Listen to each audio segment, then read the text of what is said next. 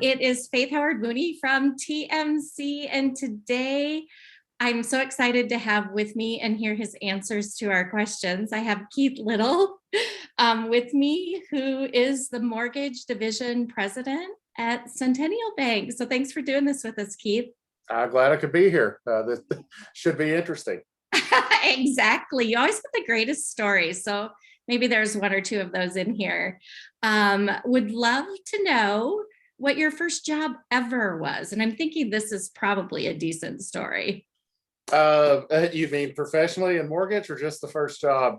First job ever. The first job that actually paid any money. The first job was probably painting and mowing, being the only male grandson. My grandparents had a couple different sets of apartments in a college town.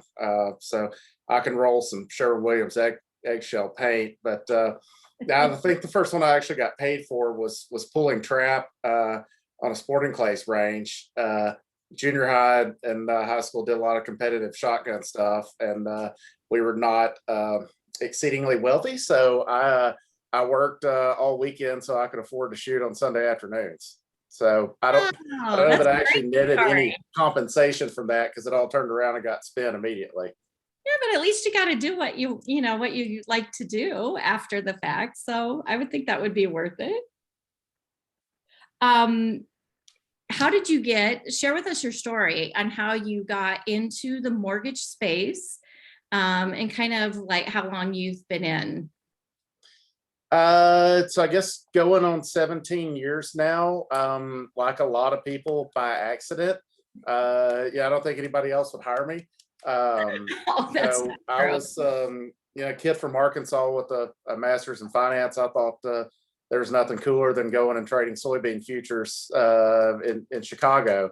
And that wasn't working. And a buddy of mine from grad school said that his dad was looking to hire somebody in Little Rock. And I thought, I don't want to go down to Little Rock. And mortgage sounds pretty boring. And so I'd read Liar's Poker in grad school, Michael Lewis book, got it, did Blindside, and a couple books around the financial crisis stuff. I'd read that, and was talking about Louis Ranieri inventing, the MBS market more or less. And interviewed all day with these folks, and they said, "What do you know about mortgage? Have you ever bought a house or anything?" I was like, "No, I read this book, Liar's Poker, the other day. Is that what you guys do?" And he said, "Well, not exactly, but I think we can work with that." And so started in kind of some really jack of all trades. I was working on rating agency approvals, Moody's, Fitch, that sort of stuff. We did a bunch of private label MBS servicing. So that was the first job, and then I never was smart enough to get out and find something else to do. I don't think anybody gets out of this industry, do they? It's like in your blood. You just kind of move around a little bit every once in a while, but it's the Hotel California of finance. That is so true. So if when you started in the industry, you knew nothing, is there something now after you've been in for a while that's like really clear to you that you wish somebody would have shared with you when you got in the beginning? Always ask better interview questions. I wish I'd have paid a little bit better attention in my freshman year of college in Accounting 101. I half the time I look at contracts on my desk, I wish I'd have just gone in debt to my eyeballs and stayed in school for another 3 years and got a law degree so I could know how to handle compliance interpretation. Yeah, all of those things are important, that is for sure. If you weren't in mortgage, what would you be doing? I don't know, the backstop plan. If this mortgage thing doesn't ever work out, I think it'd be fun to teach like a finance class at a community college or something. Really? Teaching's fun. Maybe get one of those jackets with little elbow pads on and stuff. I love that. I wouldn't have guessed that, but I could totally see you doing that and just having fun with all of the people that were in the classroom learning. I think that would be fantastic. So last question, believe it or not already.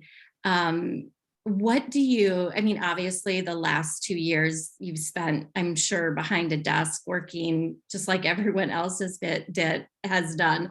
But when you're not working, what's your favorite leisure activity? Do you have one?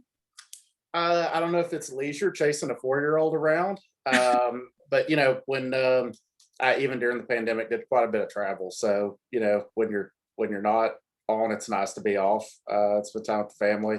And horse racing.